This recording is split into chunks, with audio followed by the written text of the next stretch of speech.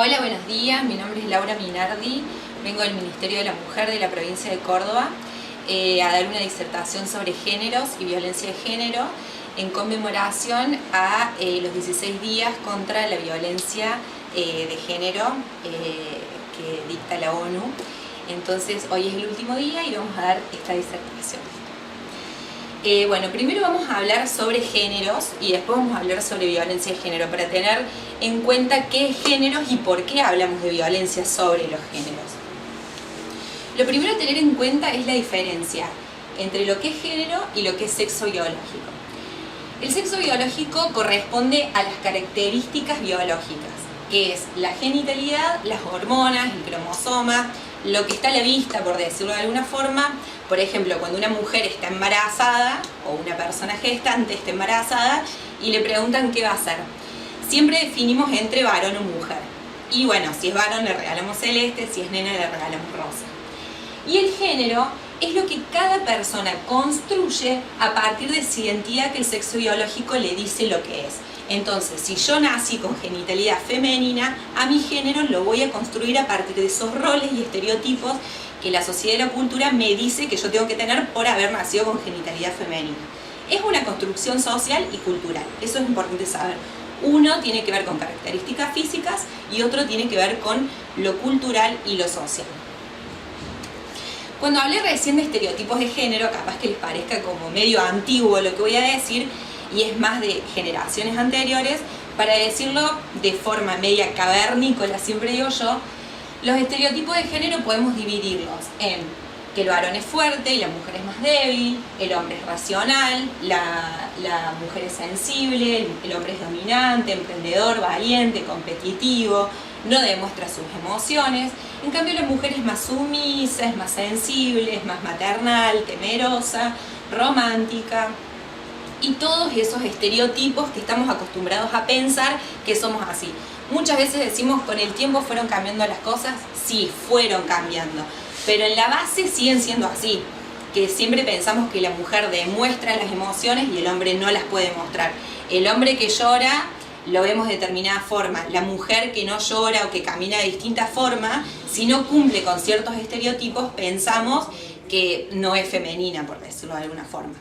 Y también están los roles de género, que es lo que cada uno, según la genitalidad con la que nace, es lo que tiene que cumplir. La mujer, el rol típico de género es ser madre, el hombre, el rol típico de género es ser proveedor de su familia, llevar el pan a su casa.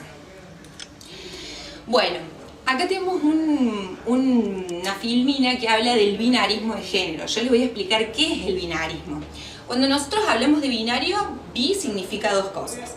Si nosotros hablamos de que existen dos cosas, vamos a decir existe varón o existe mujer y no otra cosa más. No existe nada más que varón o mujer. Eso es así en nuestra vida cotidiana. Solamente vemos mujeres con genitalidad femenina y varones con genitalidad masculina. Me parece que no, pero bueno, pensémoslo. Entonces acá venimos a lo que es la heteronorma. ¿Qué es lo que nos dice la heteronorma? También es una construcción social, política y cultural que nos dice que según la genitalidad o el sexo biológico con el que nacemos, es lo que tenemos que ser y con los estereotipos y roles de género que tenemos que cumplir.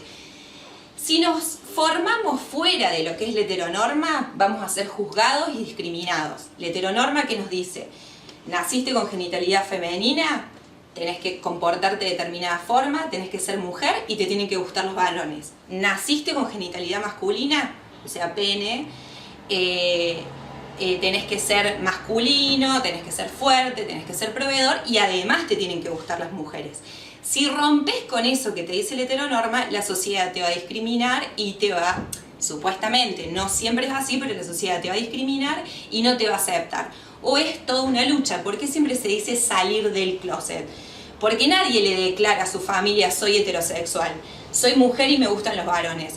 Pero sí tiene que declararle y salir del closet y decirle a su familia soy mujer y me gustan las mujeres, porque no es lo normal, lo que dice la heteronorma que debería ser. Bueno, y como dije antes, la heteronormatividad genera discriminación, que es lo que no se cumple con lo esperado social y culturalmente. y por eso vemos ahí una persona señalada por la sociedad supuestamente. Bueno, ¿cuáles son los conceptos básicos a tener en cuenta sobre la temática de género que estábamos hablando recién? Uno, que es el sexo biológico, la identidad de género, la expresión de género y la orientación sexual. Son 4 conceptos básicos que tenemos que tener en cuenta para entender qué es esto de la cultura y lo social en el cual nos movemos para entender distintas cosas. Hoy necesitamos entenderlas, sí. Lo ideal sería que en un futuro no tengamos que entender, no tengamos que poner etiquetas y que esté todo naturalizado. Hoy las etiquetas se necesitan porque durante mucho tiempo fue invisibilizado. Tanto la identidad de género como la orientación sexual, como un montón de cosas que no se visibilizaron, incluso fueron ilegales y fueron de alguna forma fueron punitivizadas por la ley. Entonces hoy se tienen que visibilizar y se tienen que ponerle etiquetas. Lamentablemente son necesarias, ojalá en un futuro ya no lo sean. Bueno, como describí recién, el sexo biológico tiene que ver con la genitalidad, la carga hormonal y los cromosomas. Eso tiene que ver con cómo nacemos. Y después tenemos cuál es la identidad de género. Como dije recién, el género se construye a partir de la cultura, de la sociedad y lo que nos dicen que tenemos que ser. Ahora, si yo no estoy de acuerdo con lo que me dicen que tengo que ser o con lo que dicen que me tengo que hacer según mis estereotipos, según los roles de género que tengo que cumplir, yo voy a construir mi identidad de género y la voy a construir como varón, como mujer o sin una etiqueta, lo que se llaman las personas no binarias, que no se identifican ni como varón ni como mujer, independientemente de su genitalidad, que es el sexo biológico que describimos recién. Otra es la expresión de género, que tiene que ver cómo nos presentamos ante la sociedad. Si ustedes me ven a mí vestida así, van a decir, bueno, es bastante neutro como se viste, porque si esta misma ropa se la pone un varón, no va a quedar como que está vestido de forma femenina. Porque estoy toda de negro, estoy bastante simple vestida, no tengo ningún color específico del género, según lo que social y culturalmente se dice, pero tiene que ver también con cómo me presento. Mi nombre, que yo por ejemplo puedo decir un nombre neutro, que no diga ni que es de varón ni que es de mujer. Suponete que me llame Car, no saben si es Carla o Carlos. Entonces, y la gente lo que tiende es a querer encasillar varón, mujer, mujer, mujer, varón, mujer. Entonces eso es lo que tenemos que tratar de sacarnos de ese chip con el que nos crían, con el que crecemos y con el que estamos acostumbrados a tener, a etiquetar a las personas según lo que nosotros vemos. Vemos esto y decimos, bueno, es varón, vemos esto. Nos cuesta muchísimo no etiquetar y decir, bueno, me quedo con esto que no sé. Necesitamos saber qué es la otra persona, qué tiene entre las piernas. Es una curiosidad tremenda o incluso burlarnos de eso. ¿Cuál es la forma de no ejercer discriminación? Y incluso una discriminación que muchas veces no es a propósito. Es preguntarle a la persona cómo querés que te trate. Si nosotros nos sentimos confundidos y no podemos encasillar a determinada persona en cierto lugar como varón o como mujer, preguntarle, mira, ¿cómo querés que te trate? ¿Preferís que te llame Laura? ¿Preferís que te llame Pablo? ¿Preferís que no te ponga un nombre? ¿Qué artículo preferís? ¿Él? ¿La? ¿Un artículo que sea inclusivo? Esa es una forma de no juzgar. Y después, por otro lado, tenemos la orientación sexual. Para definir la orientación sexual nos tenemos que olvidar de todo lo que yo dije recién, porque la orientación sexual no depende ni del sexo biológico, ni de la identidad de género, ni de la expresión de género. La orientación sexual tiene que ver hacia quién nos sentimos atraídos, de forma emocional, de forma erótica, de la forma que sea, hacia quién nos sentimos atraídos, quién nos gusta, que puede ser un varón, puede ser una mujer, puede ser una persona que no esté definida como varón o una mujer, puede ser una persona trans, que ya ahora les voy a explicar lo que es una persona trans. Entonces, no necesariamente la orientación sexual tiene que ver con mi genitalidad. Por ejemplo, si yo nací con genitalidad femenina y me gusta otra mujer, va a ser un tipo de orientación sexual. Pero a lo mejor no me siento mujer, me siento varón. Acá se va a armar el lío. Porque entonces vamos a hablar de lo que son las personas trans y las personas cisgénero. Y lo voy a explicar de la manera más fácil que me sale explicarlo. Cuando nosotros nacemos con una genitalidad por ejemplo, en mi caso, femenina, y me identifico con esa genitalidad, y mi expresión de género y mi identidad de género va a ser femenina, yo soy una mujer cisgénero. Si yo nazco con genitalidad femenina, pero me identifico como varón, voy a ser un varón transgénero o trans. Porque en realidad, ya les voy a explicar un poquito más adelante qué significa trans y por qué no se dice transgénero o travesti o transexual. Es como que todo se agrupó en el trans, pero ya les voy a explicar bien eso. Bueno, como decíamos recién, existen distintas orientaciones sexuales, que son muchísimas. Tenemos la heterosexualidad, la homosexualidad, la bisexualidad, la pansexualidad, que bueno, muchos por ahí no van a saber bien qué es ser bisexual, qué es ser pansexual, cuál es la diferencia entre uno y otro, y hay un montón de otras orientaciones sexuales. Sapiosexual, que es cuando te sentís atraído por la mentalidad y por la forma de pensar de la persona, y así podemos seguir, y por eso puse un más. Bueno, tenemos las siglas LGTBIQ y me faltó el más ahí. ¿Qué significa cada una de estas siglas? Tienen que ver con las orientaciones sexuales y con físicamente cómo está conformada la persona o cómo se siente también. Porque, por ejemplo, la L significa lesbiana, la G significa gay, la B significa bisexual. Hasta ahí tenemos orientaciones sexuales. Después tenemos la T, que significa transexual, transgénero y travesti. Las tres se juntaron en una sola T. Transexual significa que tiene alguna modificación corporal, que puede ser hormonal o intervención quirúrgica que no tiene que ver con los genitales, como por ejemplo una mujer trans que se pone pechos. La persona travesti es la persona que no modifica de ninguna forma su cuerpo solo con su vestimenta, con su expresión de género. Y la persona transexual es la que hace una modificación quirúrgica en sus genitales.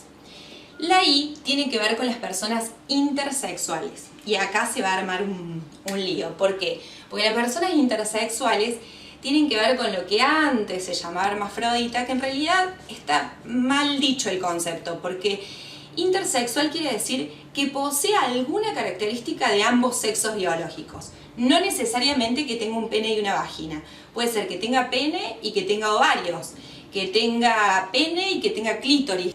O por ejemplo que tenga clítoris y que tenga próstata. O sea, como que tiene algo de los dos sexos biológicos. No necesariamente tiene los dos genitales completos como antes se pensaba que era. Y existe una ley, antes existía, sin ley, que los padres decidían si querían criar a esa persona como nena o la querían criar como varón, y los médicos hacían una intervención quirúrgica en la genitalidad de esa persona. Hoy existe una ley que eso no se puede hacer. No se puede hacer intervención quirúrgica y la persona tiene que crecer con esa genitalidad, y en el momento de su vida que lo desee va a sentirse de una u otra forma, porque eso también es algo que tenemos que saber. Nadie elige lo que es y cómo se siente. Una persona no elige ser bisexual, ni ser heterosexual, ni ser homosexual. Y una persona tampoco elige sentirse mujer o sentirse varón. Si yo te pregunto a vos que estás del otro lado, ¿vos elegiste ser lo que sos hoy? No, no lo elegiste. Siempre te sentiste así. O a lo mejor no te sentías así y tampoco te animás a decirlo. Pero es importante saber que uno no elige. Por eso también tenemos que pensar en la discriminación y el odio que ejercemos sobre ciertas personas que pensamos que son distintas a lo que nosotros creemos que es lo correcto, y hacernos cargo de que estamos discriminando. Lo más importante acá cuando hablamos de discriminación, antes que nada quiero hablar de lo que es la homofobia, la transfobia. Si yo les pregunto qué es la fobia, alguien de ustedes que tenga fobia y me dice, bueno, yo le tengo fobia a las arañas, veo una araña y me empiezan a transpirar las manos, me siento nerviosa, siento que no puedo controlarlo, capaz que me agarra un ataque de pánico. Yo les pregunto, cuando ven una persona homosexual, ¿tienen la misma sensación? No, no tienen la misma sensación. Entonces no podemos decir que es una fobia. Tenemos que saber que es odio y que es discriminación. Y nos tenemos que hacer cargo de eso. De la fobia no nos podemos hacer cargo. De la discriminación sí. Por eso cuando hablan de poner leyes en contra de la discriminación, es lo mismo que decir, bueno, hagamos más cárceles y menos escuelas. No. A la gente hay que educarla. La única forma de que no discrimine en estos casos es con capacitación. Y por eso es tan importante la actividad que estamos haciendo ahora. Gracias a la Municipalidad de Las Higueras. Bueno, voy a hablar de la Ley de Identidad de Género como último. Antes de hablar de violencia. La Ley de Identidad de Género, lo más importante para no aburrirlos es saber que en el artículo 12 habla sobre trato adecuado. La Ley de Identidad de Género salió en el 2012 y dice que la persona cómo se siente es como hay que tratarla. Entonces, si yo hoy vengo y les digo, me siento varón y quiero que me llamen Carlos, ustedes, aunque me vean así, me van a tener que tratar de Carlos. No importa si mi documento dice que soy Laura, si mi CUIL empieza con 27, eso no importa. Si no hice cambio registral, por la ley, ustedes me tienen que tratar de la forma en la que yo me siento y la forma en la que yo me autopercibo. Será mi decisión, y no tiene que ser coaccionada por nadie, si elijo hacer un cambio de DNI o no, porque además es un trámite tedioso para alguien que se asume de determinada forma. Tiene que haber mucha decisión de hacerlo y muchas ganas. Entonces yo puedo pasar toda mi vida sintiéndome Carlos y pidiendo que me llamen como Carlos y que mi documento siga diciendo Laura. Y yo voy a un centro de salud y a mí no me tienen que llamar como Laura, me tienen que llamar como Carlos. Ahora vamos a hablar un poco, ya que tocamos el tema de género, vamos a hablar de lo que es violencia en situación de género. Ya definimos lo que es género, ahora sabemos qué es la violencia de género. Es cualquier tipo de violencia ejercida sobre una persona por razón de su identidad de género. En este caso nos referimos a las mujeres o a las personas que pertenecen a la población LGTBIQ+, que es las que definimos hace un ratito. Bueno, y sobre todo expresa la desigualdad entre varones y mujeres. Genera intimidación, ofensa, presión, exclusión, humillación, miedo, inseguridad. Acá hay un tema que yo siempre toco, que tiene que ver con una jerarquía social y cultural, porque todo lo que vamos a hablar ahora y lo que vengo hablando y lo que voy a hablar dentro de un rato tiene que ver con lo social y cultural, con lo que está establecido según lo que creemos que tiene que ser. Entonces hay una jerarquía que dice que el varón está por encima de la mujer, que hay una desigualdad, pero también tenemos que ver qué tipo de varón y qué tipo de mujer. El varón que es blanco, que es heterosexual, que es cisgénero, como lo que expliqué que hace un ratito lo que es cisgénero, y que es de clase media o clase media alta, va a estar por encima de todos. Es el que mayor va a estar en la jerarquía.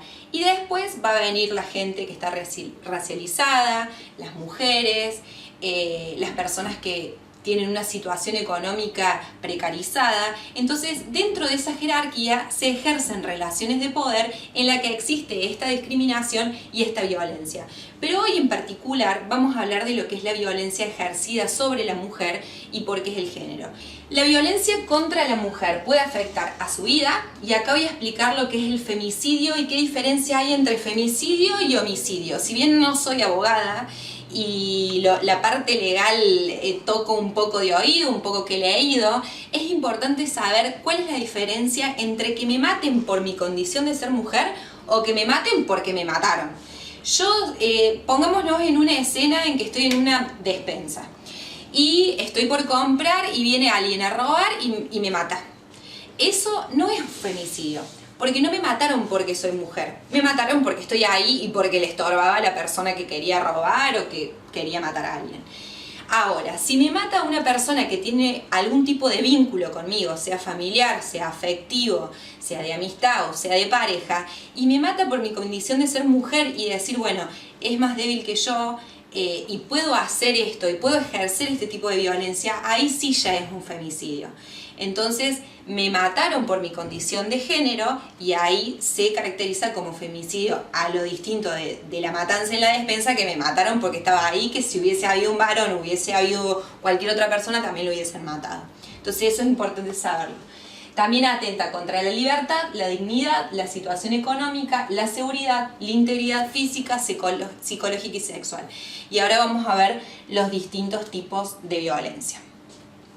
Cuando hablamos de los distintos tipos de violencia y los lugares donde se ejerce esta violencia, yo me basé en la ley Micaela.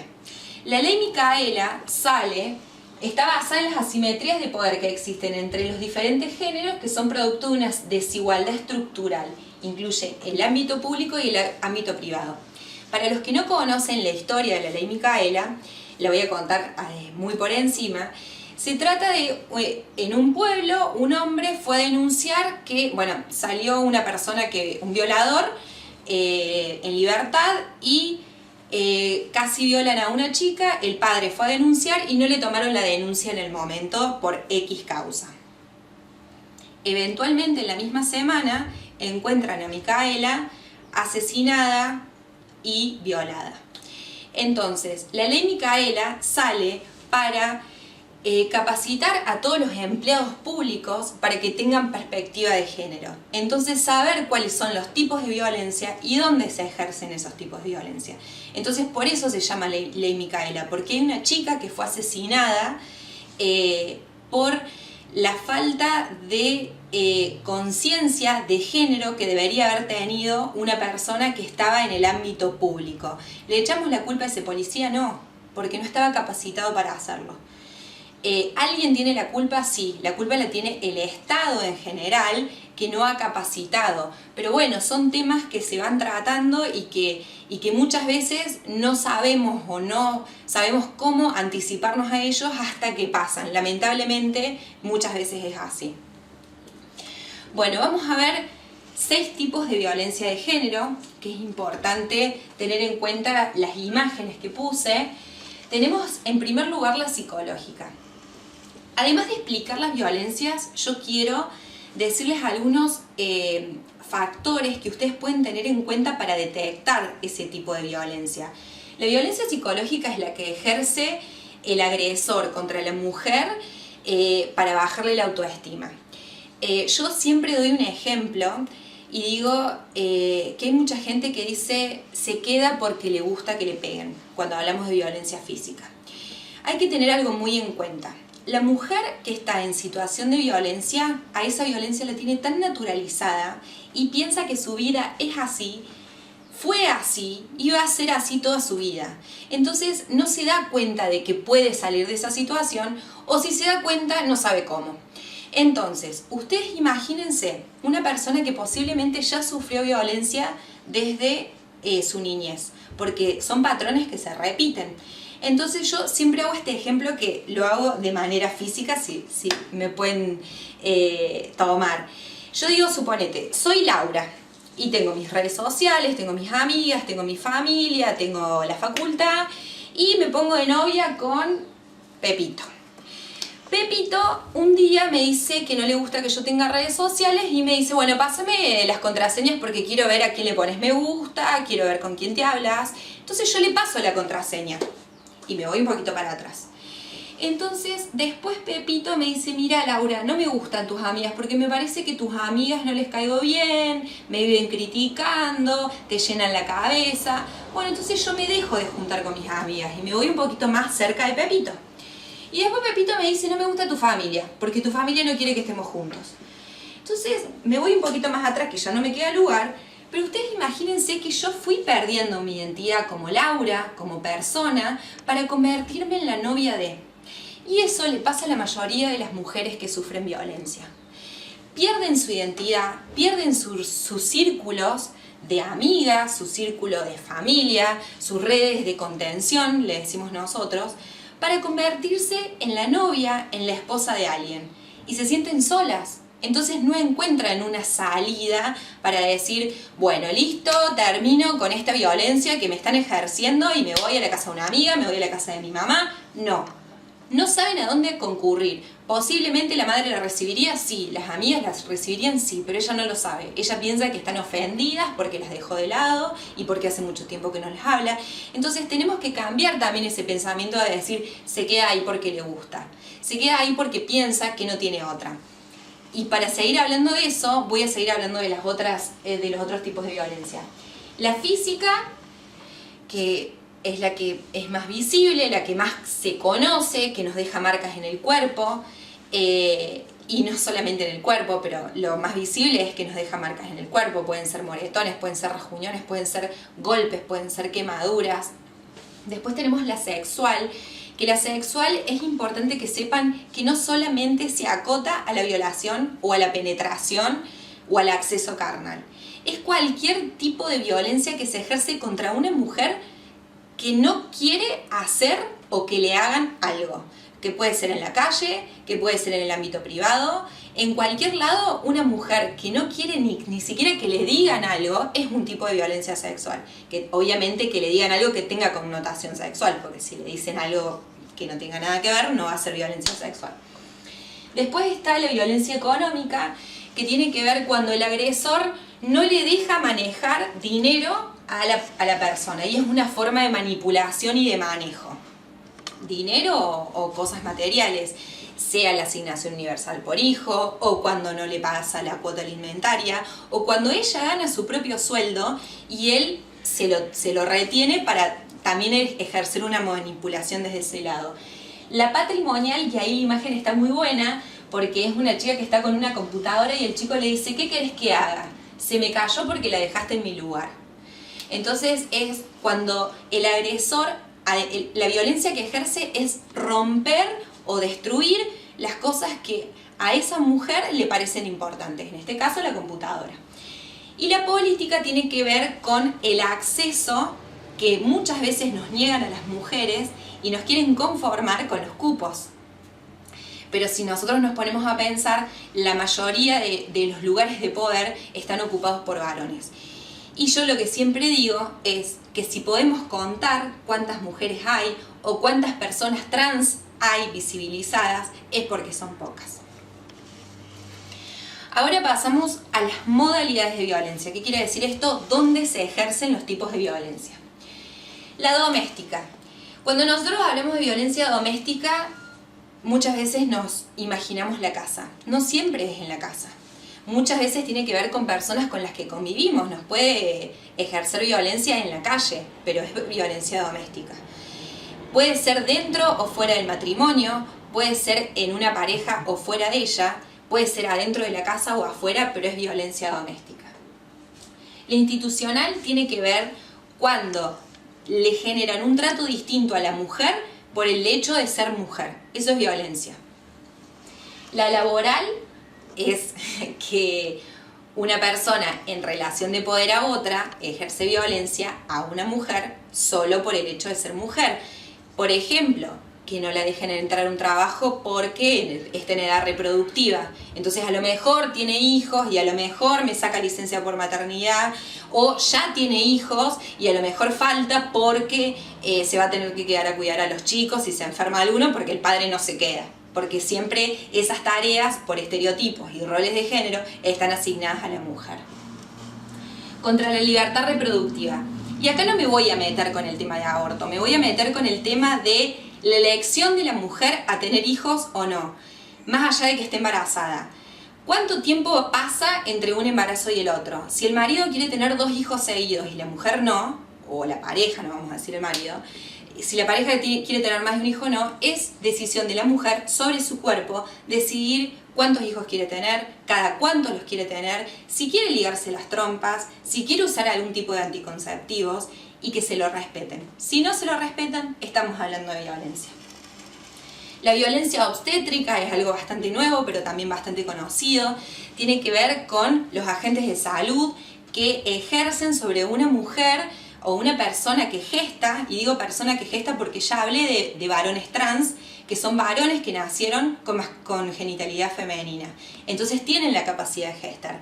Y la violencia obstétrica es cuando este agente de la salud, sea un enfermero, una enfermera, un médico, una médica, o cualquier persona de la salud que tenga contacto con esta persona, no respeta sus decisiones. Como por ejemplo, medicarla o medicarlo si no quiere, o hacer una cesárea si prefiere un parto natural, o hacer un parto natural si la mujer prefiere una cesárea, cuando el médico o la médica toma decisiones por la mujer o el varón trans embarazado. Tenemos la mediática, que tiene que ver con la distribución de imágenes que pueden ser del tipo pornográficas, por decirlo de alguna forma, o eróticas, pero no importa tanto el tipo de imagen, sino sin el consentimiento de la persona que está siendo la protagonista de esas imágenes. Eso tiene que ver con lo mediático. Muchos lo relacionan con la cosificación. También tiene que ser con la cosificación, pero antes de cosificar hay que exponer a esa persona y eso es violencia. Bueno, en el espacio público, las mujeres que no hemos sufrido violencia en el espacio público del tipo acoso, que durante tantos años se llamó piropo, el piropo me lo puede hacer alguien que me conoce, me lo puede hacer un amigo, un familiar, me lo puede hacer alguien que yo quiera que me diga algo halagador, por decirlo de alguna forma. Pero cuando me dicen algo que a mí me resulta invasivo, tanto en mi espacio personal como en mi espacio emocional, es acoso. Y eso no hay que confundir. No hay que confundir lo que es acoso callejero con lo que es un piropo. Y no quiero decir ninguna palabra desubicada, pero ya todos se estarán imaginando en sus casas a qué me estoy refiriendo. Y después la política pública, que tiene que ver un poco con lo que hablamos anterior sobre los espacios de poder que ocupamos las mujeres y que nos dejan ocupar, porque si no estamos abriendo así con codo para que nos dejen pasar, porque es medio difícil. Y esto tiene que ver con las cosas que tenemos que hacer para acceder a ciertos lugares. Y si no tuvimos que hacer nada, las cosas que dicen que tuvimos que hacer para acceder a ciertos lugares. Porque también está mucho el rumor de, bueno, llegó ahí porque hizo o no hizo determinada cosa. Y eso también es violencia, que muchas veces las ejercemos entre mujeres, no solamente varones hacia mujeres. Y ahora, después de hablar de todos los tipos de violencia, voy a hablar de algo que es tan básico, pero tan importante de entender, que es el círculo de la violencia. El círculo de la violencia se da en todos los tipos de la violencia que expliqué hace un rato, que empieza con la acumulación de tensión. La acumulación de tensión es cuando cualquier pareja o cualquier vínculo empieza a enojarse por una situación en particular. Empieza a agarrar bronca y empieza como los perros cuando se ladran y después cuando están cerca no hacen nada. Bueno, esto puede pasar que solamente quede ahí. Pero en el círculo de la violencia lamentablemente no queda ahí. Hay una segunda fase que es la explosión, que deriva en alguno de los tipos de violencia, que en general es física. Puede empezar por la psicológica para derivar en la física o en la sexual. Y termina, o vuelve a empezar, porque como puse acá, la violencia es cíclica, sistemática e intermitente, o sea, se repite todo el tiempo, nunca termina. La fase de luna de miel, que yo creo que por las capacitaciones que he dado, mucha gente conoce lo que es la fase de la luna de miel, que es cuando el hombre pide perdón, pero no pide perdón por la reacción que tuvo, no pide perdón por haber pegado, pide perdón por la magnitud de la consecuencia que tuvo lo que hizo. O sea, porque la dejó muy golpeada, porque la tuvo que llevar al hospital. A lo mejor si le hubiese pegado un poco menos no hubiese sido tan grave y no hubiese pedido perdón. La última parte es sobre la denuncia. ¿Qué es lo que tenemos que denunciar si sospechamos que existe algún hecho de violencia? Primero principal, saber, que lo voy a leer tal cual porque es lo que dice la ley Micaela. Dice que lo que se puede denunciar es toda conducta, acción u omisión, o sea, lo que hacemos o lo que no hacemos basado en esa relación desigual de poder que expliqué hace un ratito. De manera directa o indirecta, o sea, lo podemos ejercer o puede ser como una agresión pasiva. Tanto en el ámbito público o privado, que afecte la vida, que hablamos de femicidio, la libertad, con todos los tipos de violencia, la dignidad, la integridad física, psicológica, sexual, económica, patrimonial y seguridad personal. Que ahí es una forma de nombrar todos los tipos de violencia que describí hace un ratito. ¿Quién puede denunciar? Quien se considere víctima o que ha recibido violencia. También pueden denunciar un vecino, un pariente, familiar o cualquier persona que tenga algún tipo de discapacidad, no necesariamente que sea una mujer, que tenga algún tipo de discapacidad y le estén ejerciendo violencia. O una persona adulta mayor también, porque es muy común que se ejerza en los niños, en las mujeres y en las personas en situación de discapacidad. Bueno, ¿quién tiene la obligación de denunciar? Esto es súper importante tenerlo en cuenta. Las personas que desempeñan servicios asistenciales, como los policías, trabajadoras sociales o trabajadores sociales, servicios educativos como maestros, maestras que ven niños que tienen golpes, por ejemplo, que tienen autoestima baja, que puedan llegar a sospechar que en su casa está sucediendo alguna situación de violencia. El personal de salud, ese es importantísimo, porque cuando llega una persona a la guardia lastimada, a lo mejor llega con una mujer, la mujer que no quiere hablar porque está con su agresor, o viene sola pero tampoco quiere hablar porque le da vergüenza, porque está mal visto socialmente, tienen la obligación de denunciar. Después sea o no sea una situación de violencia, eso es cuestión de la justicia, pero sí hay que denunciarlo. Bueno, ¿dónde pueden hacerlo? Hay una línea telefónica gratuita que es el 0800 que ven en pantalla, que se receptan denuncias las 24 horas. Es una línea directa a Córdoba, pero en Córdoba van a activar ciertos dispositivos según la ciudad o el lugar desde donde esté viniendo la denuncia.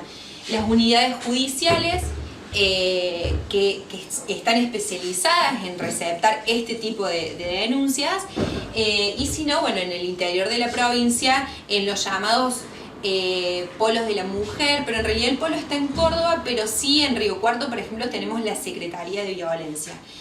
Y les cuento rápidamente cómo funciona. Tenemos distintas áreas. Tenemos la parte de trata, donde está lo que es la explotación sexual, donde tenemos una psicóloga que hace territorio. Después tenemos trabajadoras sociales con psicólogas que también hacen territorio para ver distintas situaciones de violencia que ocurren. Tenemos la parte de constataciones, donde un juez le manda oficios a las psicólogas y a trabajadoras sociales para mostrarle cuáles son las medidas o pedirles que le hagan un informe para ver qué tipo de medidas pueden llegar a tomar. Después tenemos la parte de becas, que son ayudas económicas a mujeres que han estado o sufrido situación de violencia, y la parte de asistencia, que está a cargo de 2 psicólogas que hacen grupos. Primero hacen una entrevista particular, en primera persona, por decirlo de alguna forma, y deciden si esa persona puede formar parte del grupo. Es importante saber que esos grupos no son de autoayuda, sino que cada grupo tiene un objetivo particular, cada encuentro, y que al final del año el objetivo final es salir del círculo de la violencia que explicamos hace un rato. Y las 2 psicólogas que están a cargo de eso están totalmente capacitadas para la dirección de estos grupos, y después las mujeres que participan de esos grupos también se juntan aparte, se hacen amigas, se contienen entre ellas, entonces se arma una dinámica muy linda. También se hace en el interior, que está a cargo de otra psicóloga. Así que bueno, así es más o menos cómo funciona. Por si tienen alguna duda, pueden llamarnos a nosotros y evacuar cualquier duda que tengan. Y para las personas que hayan visto esta capacitación y les haya quedado alguna duda o alguna pregunta o alguna consulta, si lo están viendo por redes sociales y quieren dejar en los comentarios por la red social que sea que estén viendo, háganla y nosotros después podemos contactarnos con ustedes si quieren dejarnos algún teléfono para saber cómo podemos tener llegada a las personas que quieran saber un poco más o quieran hacer uso de nuestro servicio. Muchas gracias.